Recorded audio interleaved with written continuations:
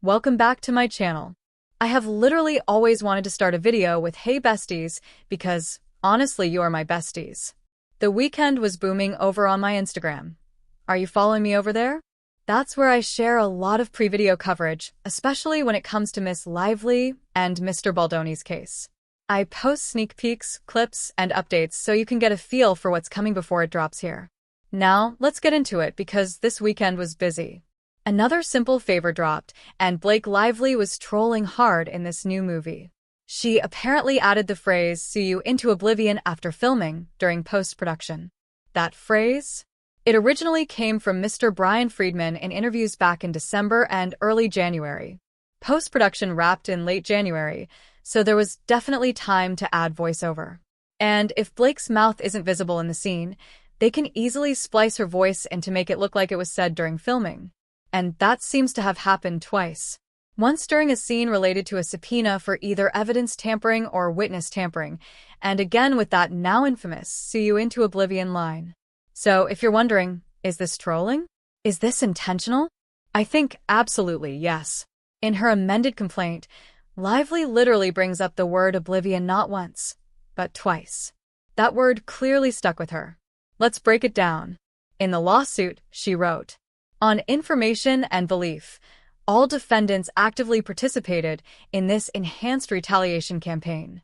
Defendants' counsel threatened numerous lawsuits to sue Miss Lively and others into oblivion and proceeded to file for lawsuits in 3 jurisdictions with fantastical damages of hundreds of millions of dollars in each." Then again, in paragraph 304, defendants have further pursued their public strategy through frivolous litigation designed to create press attention, intimidate others from coming forward, and pressure Miss Lively to give up her claims. Defendants' counsel threatened to file numerous lawsuits to sue Miss Lively and others into oblivion with the intent and effect of intimidating others with information about Wayfair from speaking up. So if that phrase was used as a threat, and it was so upsetting that it ended up twice in her amended complaint, what does it mean that she then adds it to her movie? That's the big question. It's going to be pretty tough to explain that one away. We know post-production took place after those lawsuits were already filed, meaning she had all the time in the world to sneak in that line. It just shows, again, that Blake doesn't seem to be taking this entire situation seriously. In fact, she's leaning into it, almost making a mockery of the whole thing. And even with all that trolling, another simple favor is not faring well. It's getting brutal reviews, really low scores on Rotten Tomatoes, Metacritic, and Letterboxd. Some viewers are calling it the worst movie they've ever seen. According to The Independent, Blake currently has no upcoming acting projects lined up. No signed deals, no productions in motion, nothing filming. This might end up being her last film for quite a while. And The Independent even suggests that might be for the best. They basically say she should disappear from the spotlight for a while. But just when you thought things couldn't get more tangled, Blake's bestie, Taylor Swift, is now being subpoenaed. That might also explain why Travis Kelce unfollowed Ryan Reynolds last week. According to the Daily Mail, who always seemed to have a source on the inside of this lawsuit, Taylor Swift, who is arguably the most powerful woman in entertainment, has officially been pulled into this mess. She's been served a subpoena by Baldoni's lawyers.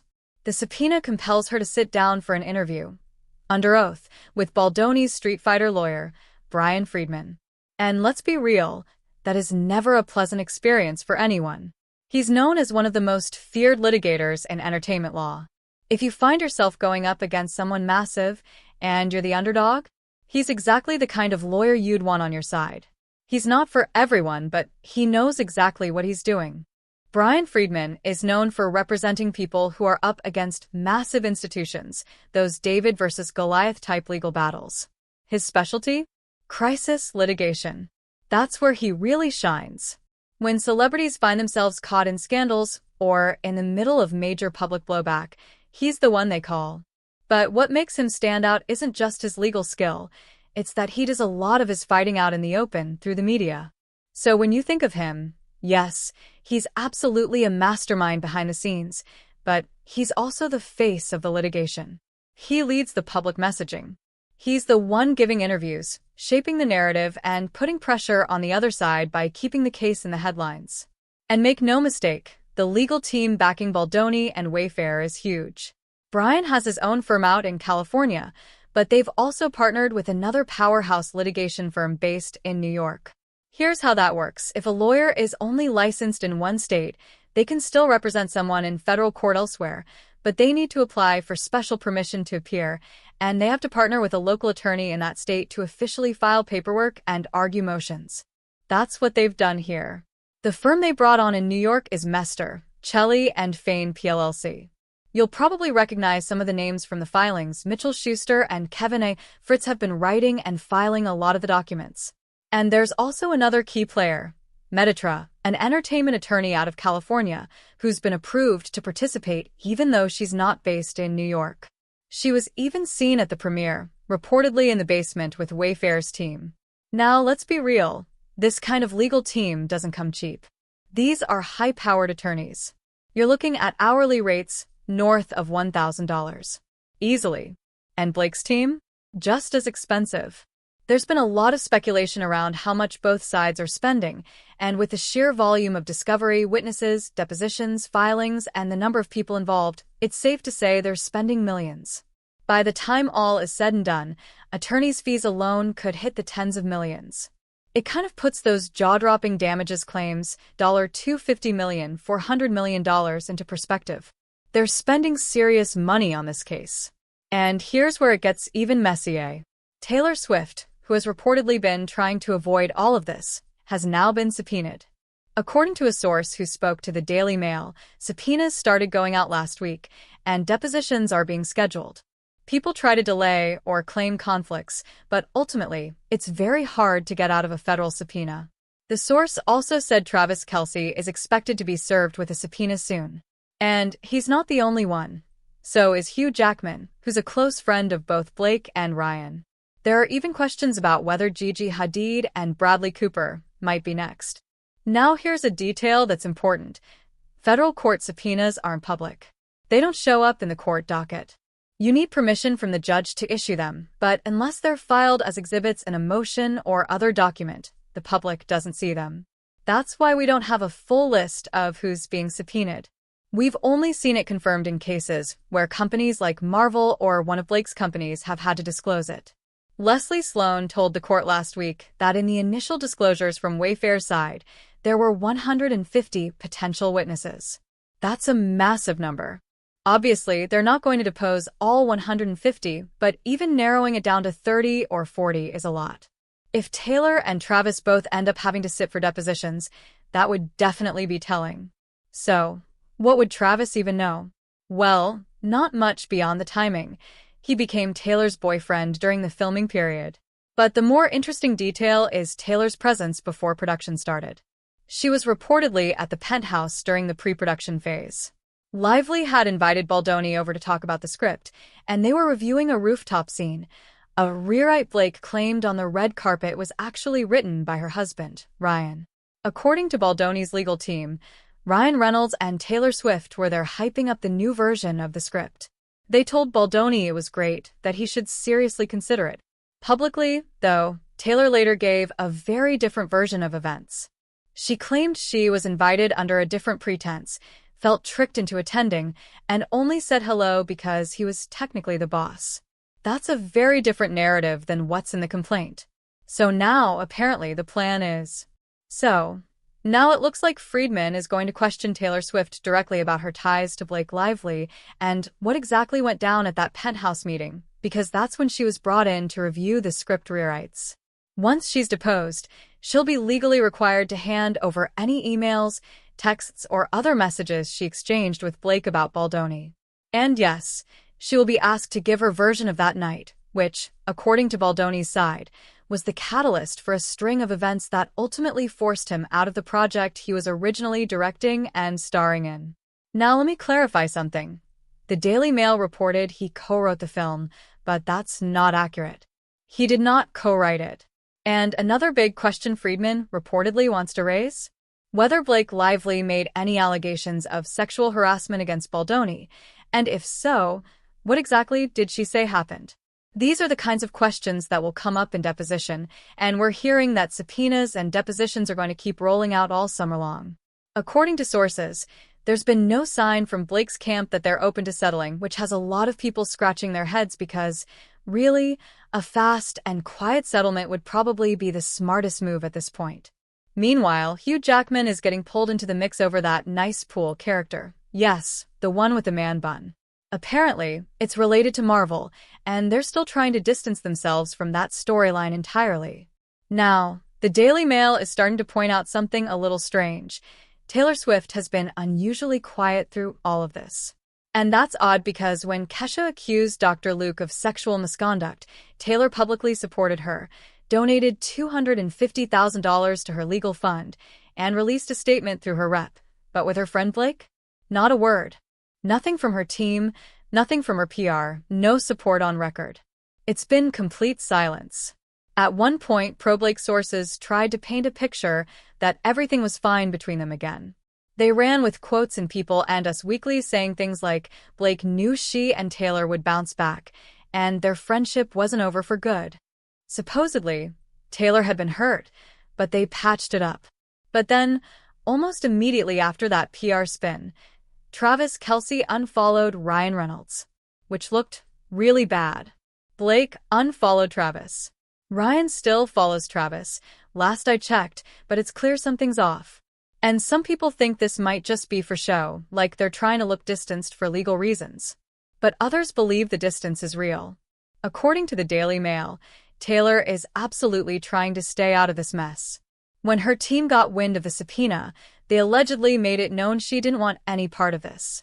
And it's not just her and Travis pulling away. Apparently, Gigi Hadid has too. Gigi just had her 30th birthday party, and Taylor was there. But you know who wasn't? Blake. She wasn't even in the same country. She was reportedly in Wrexham, over in the UK. And according to gossip columnist Rob Shooter, Gigi had to choose between Taylor and Blake, and she picked Taylor. Which honestly isn't surprising. Gigi and Taylor have been tight for years, way longer than Blake has been in the picture. And over the weekend, I got a tip from someone who shared some older info from photographer Richard, the same one Blake allegedly tried to get arrested. He mentioned that years ago, Blake and Selena Gomez had a falling out. Apparently, Blake made a snarky comment to Selena, who then turned around and warned Taylor. She basically told her that she didn't think Blake was genuine and that her behavior, like saying all her daughters were Taylor's godchildren, felt opportunistic. Selena, who's been friends with Taylor forever, was protective. So if Taylor does end up cutting ties with Blake, Selena probably won't be upset about it. Now, let's talk about Blake's latest PR misstep. Remember last week on Seth Meyers? She told a story about her daughter, saying her kid shares a birthday with Napoleon Bonaparte and Jennifer Lawrence, and she tried to tie it to sun signs, only to then say she didn't know anything about astrology. Then she joked that her daughter is basically a little dictator, calling her an authoritarian leader who always gets her way. Well, Ryan Reynolds already told that story. In a December interview for Variety, during his actor-on-actor convo with Andrew Garfield, he said his daughter had Napoleon Bonaparte's birthday too, but he played it as a Napoleon Dynamite joke. Either way, same basic premise. Their daughter is a tyrant but funny. There's just one issue. It's not true.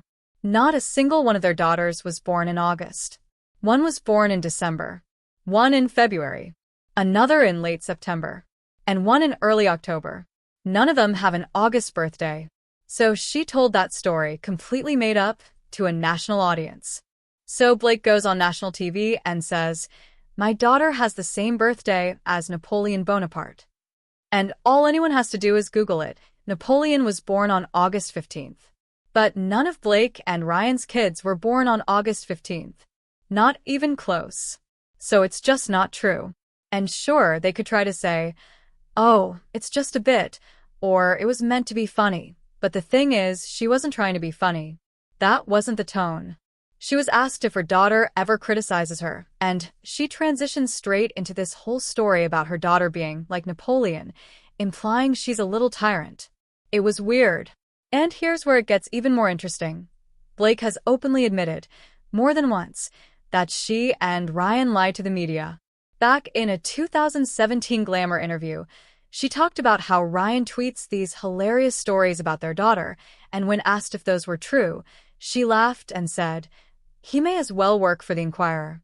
When he says, "my daughter," he's never, ever talking about her. Everything is completely made up. He'll run them by me just to make me laugh. And then she gushes about how in love she is with him when he makes up these fake stories. So, she's admitted they lie about their kids. She's also said on camera, while doing promo for a simple favor, that she lies directly to journalists because, in her words, they never fact-check me. She was proud of it. Like, she enjoys getting away with it.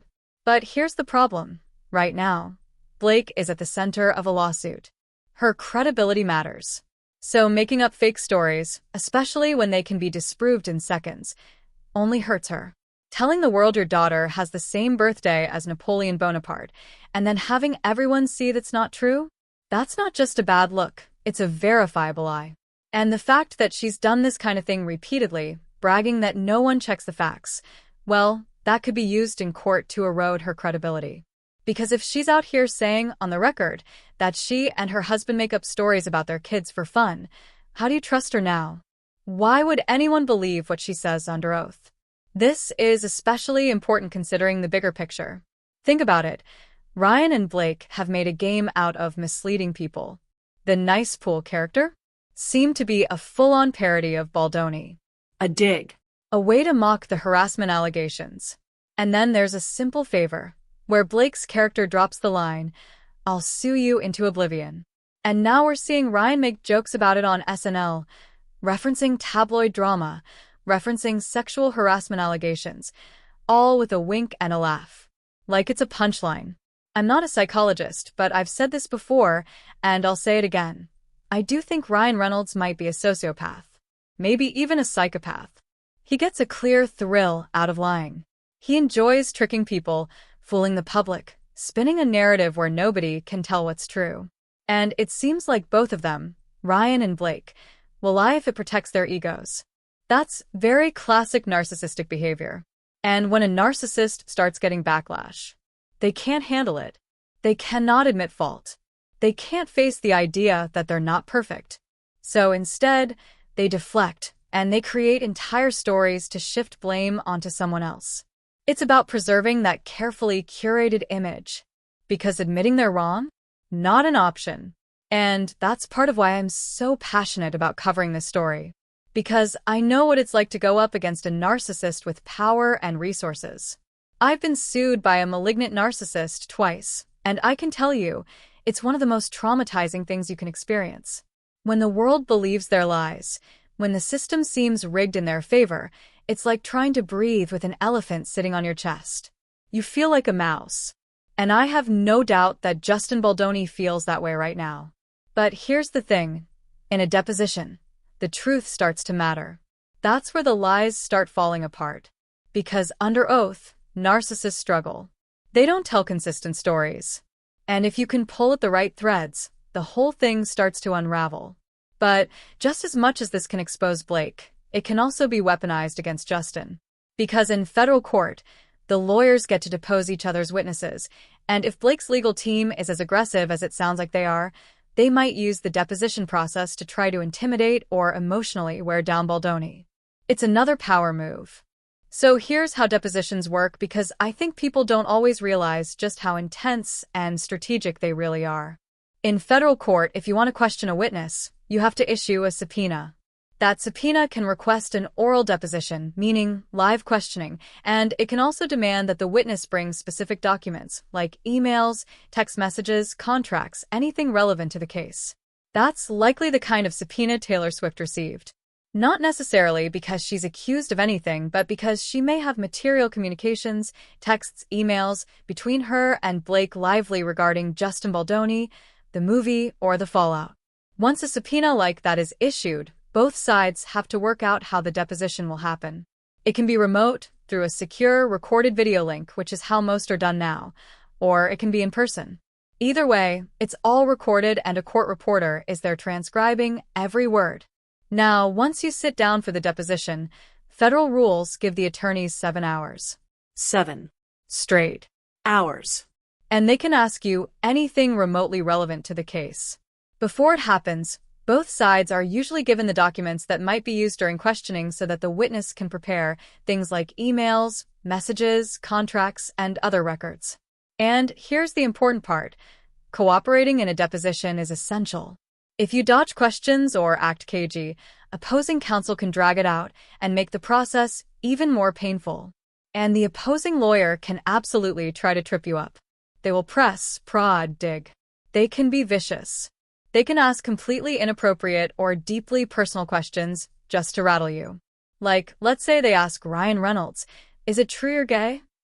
It might sound totally irrelevant, and his lawyers could object and say, "Objection, relevance," but he still has to answer the question. There's no judge there to stop the questioning in real time. All the objections are noted in the transcript, and it's only later, when a judge reviews the transcript, that anything inappropriate might be struck from the record. This is exactly why depositions can be weaponized, especially by people who have narcissistic or vindictive tendencies. They love having the power to put someone they don't like through an emotional ringer. It's legal bullying, essentially. And I have no doubt that Blake and Ryan's attorneys are going to use this tactic on Baldoni and anyone else associated with his side, like the Wayfarer team. Their goal will be to paint him as manipulative, as dishonest, as someone who deserved what happened. But here's where it can backfire. Every public statement Blake has made since this lawsuit began? Fair game. Every quote, every anecdote, every interview, those are all potential openings for cross-examination. That includes her comments on Seth Meyers, where she falsely claimed her daughter shares a birthday with Napoleon Bonaparte. If she's asked under oath, "Did you lie on national television about your child's birthday?" How does she answer that? If she says, "I was joking," then the next question is, "So, how do we know you're not joking now?" That's how attorneys poke holes in credibility. Because when you're sworn in for a deposition, you're under penalty of perjury. That means if you knowingly make a materially false statement, something that's important to the case, and it's proven to be a lie, you could be charged with perjury. That's up to 5 years in prison and monetary sanctions. So all of these small, seemingly funny lies Blake has told to the media, all of the inconsistencies, the showy PR spins, they become liabilities. Because if she lies again under oath, it's no longer just a bad look, it's a criminal offense. And even if she doesn't lie, the more contradictions there are in her public and legal narrative, the weaker her credibility becomes.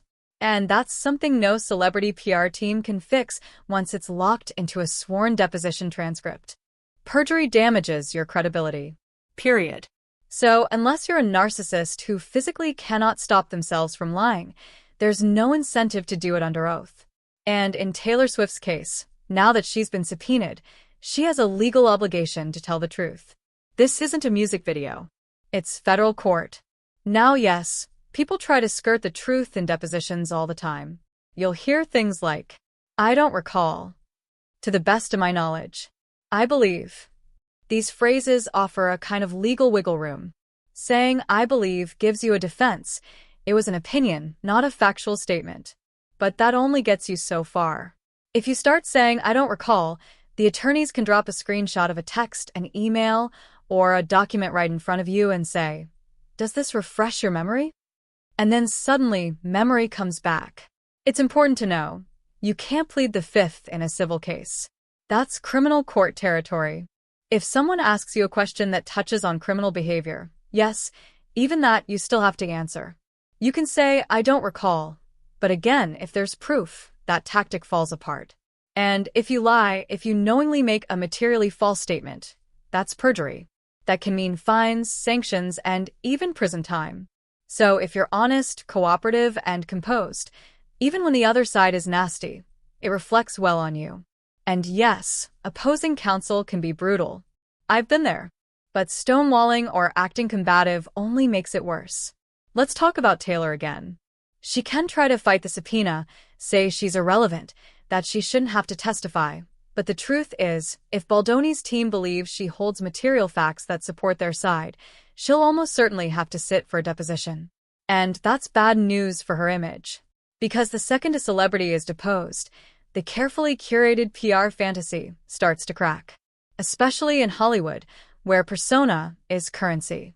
The public image, The America's Sweetheart thing in Taylor's case is meticulously constructed. Her whole career is built on branding. The good girl, the romantic underdog, the one who writes the songs that save lives.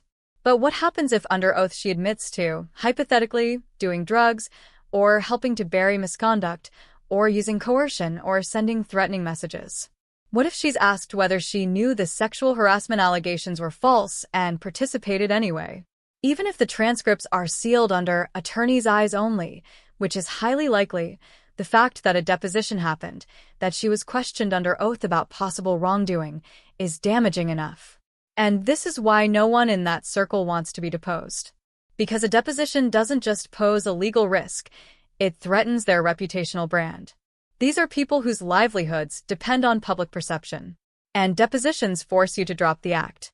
They strip the polish off. They show the cracks. And once you're on the record, those answers can come back to haunt you, if not in a courtroom, then in headlines. And think about what this means for people like Blake and Ryan. They're not going to want their real personalities aired out. Because Hollywood, for all its glitz, is one giant smokescreen. PR agents don't just manage careers, they manufacture narratives. You're not selling your talent, you're selling your image. And depositions absolutely torch that illusion. This is why Blake's team is trying so hard to make things attorney's eyes only. Because if the public ever saw the real transcripts, the contradictions between who she pretends to be and who she is under pressure would be explosive. We may never see those transcripts unless they're cited in a summary judgment motion or played out during trial testimony. But even just the process of being deposed could shake things loose. It puts pressure on everyone involved. And that's the strategy here. Apply pressure by subpoenaing people close to her. Make it uncomfortable. Make them sweat. Because eventually someone breaks. And when you've built a case on lies, that's all it takes. And now, it's time for Blake to really start thinking about what she's going to do. I don't know exactly when they'll fold, but I do believe they will. And honestly, I think Blake's side folds before Justin and Wayfair do. Why? Because Justin and Wayfair have way more to lose by settling. They're the ones fighting off actual accusations of sexual harassment. For Blake and Ryan, settling doesn't carry the same kind of implication. They haven't been accused of sexual misconduct. So the risk of settling for them is mostly reputational. For Justin and Wayfair, it's legal and financial. Monumentally different stakes. So even if Blake's team is saying, we're not settling, don't be surprised if they do. A lot of these subpoenas and deposition threats, they're strategic. It's pressure. It's leverage. The goal is to make people uncomfortable enough to want out, and sometimes that means writing a check and walking away. But I want to hear from you. What do you think about all this? The lies, the deception, the depositions, the smoke and mirrors. Do you think the truth will actually come out? Do you think there's something Taylor knows that Blake really doesn't want the world to hear? Drop your thoughts in the comments below. And if you like this video, give it a thumbs up, subscribe to the channel, and click that notification bell so you never miss a breakdown. Thanks so much for watching. See you in the next one.